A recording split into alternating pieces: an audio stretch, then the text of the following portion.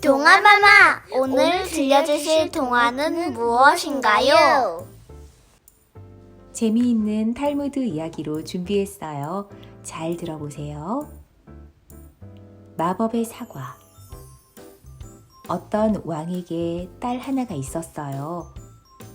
그런데 공주가 알 수 없는 병에 걸렸지요. 결국 의사가 진단을 내렸어요. 이 병은 마법의 사과만으로 고칠 수가 있습니다.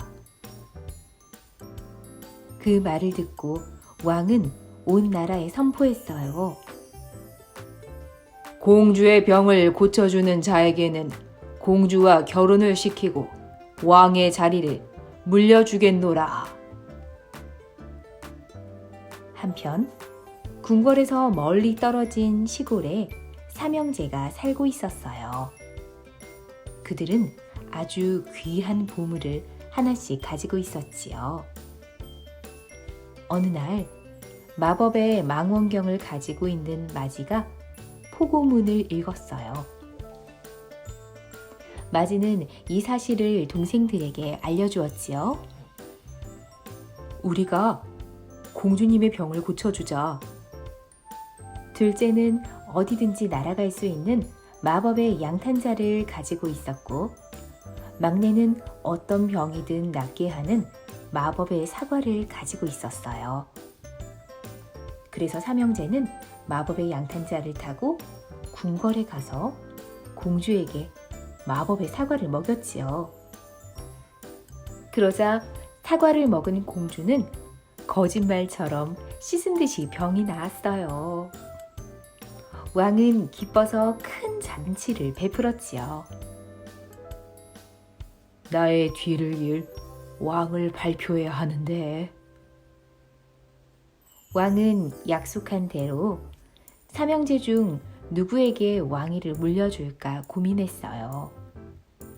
그리고 그들에게 누가 왕이 되면 좋겠냐고 물었지요.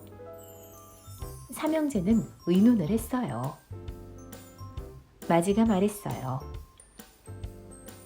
만일 내가 망원경으로 포고문을 보지 않았다면 우리는 공주가 병에 걸린 사실조차 모르고 있었을 거야. 그러자 옆에 있던 둘째가 말했지요. 내가 가진 마법의 양탄자가 없었다면 우리가 어떻게 여기까지 올 수 있었겠어? 그러자 막내가 말했어요. 여기까지 왔다고 해도 내가 가진 사과가 없었다면 공주의 병을 낫게 할 수는 없었지.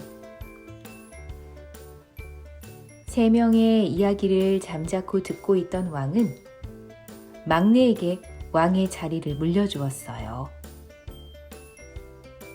첫째에게는 마법의 망원경이 그대로 있고 둘째에게도 마법의 양탄자가 그대로 있다. 하지만 마법의 사과를 내줘버린 막내에게는 아무것도 없지 않은가. 그대가 이 나라의 왕이 되어 이 나라를 잘 다스려주게. 7번째 사람. 한 선생님이 말했어요. 내일 아침에 6사람이 모여 문제를 의논합시다. 그런데 이튿날 아침이 되자 6사람이 아니라 7사람이 모였지요. 누군가 초대하지 않은 한 사람이 온 거예요. 선생님은 그 사람이 누군지 알 수가 없었지요. 고민 끝에 선생님은 사람들에게 말했어요. 오늘 이 자리에는 초대받지 못한 사람이 있습니다. 그분은 돌아가 주세요. 그러자 한 사람이 자리에서 일어나 밖으로 나갔어요. 그런데 일어서서 나간 사람은 그 중에서 가장 유명한 인물이고 누가 봐도 그 자리에 꼭 있어야 할 사람이었지요. 왜 그가 나간 것일까요? 그 사람은 초대를 받지 않았거나 잘못 알고 참석한 사람이 창피함을 느끼지 않도록 배려해서 자신이 나가준 거예요. 시간의 차이. 어느 왕에게 포도밭이 있었어요. 그 포도밭에 많은 일꾼들이 와서 일을 하고 돈을 받았지요. 그중 한 일꾼은 다른 일꾼보다 솜씨도 뛰어나고 일도 많이 했어요. 어느 날 왕이 포도밭을 방문해서 그 일꾼과 함께 산책을 했지요. 하루의 일이 끝나자 일꾼들은 돈을 받으려고 모였어요. 일꾼들은 모두 다 똑같은 돈을 받았지요. 그런데 왕과 거닐던 그 일꾼도 돈을 받자 다른 일꾼들이 항의했어요. 저 사람은 오늘 2시간밖에 일하지 않았고 나머지는 임금님과 시간을 보냈어요. 그런데 우리랑 왜 똑같은 돈을 받는 겁니까? 왕이 말했지요. 저 일꾼은 너희가 하루 종일 해야 하는 일들을 단 2시간 안에 모두 해냈다.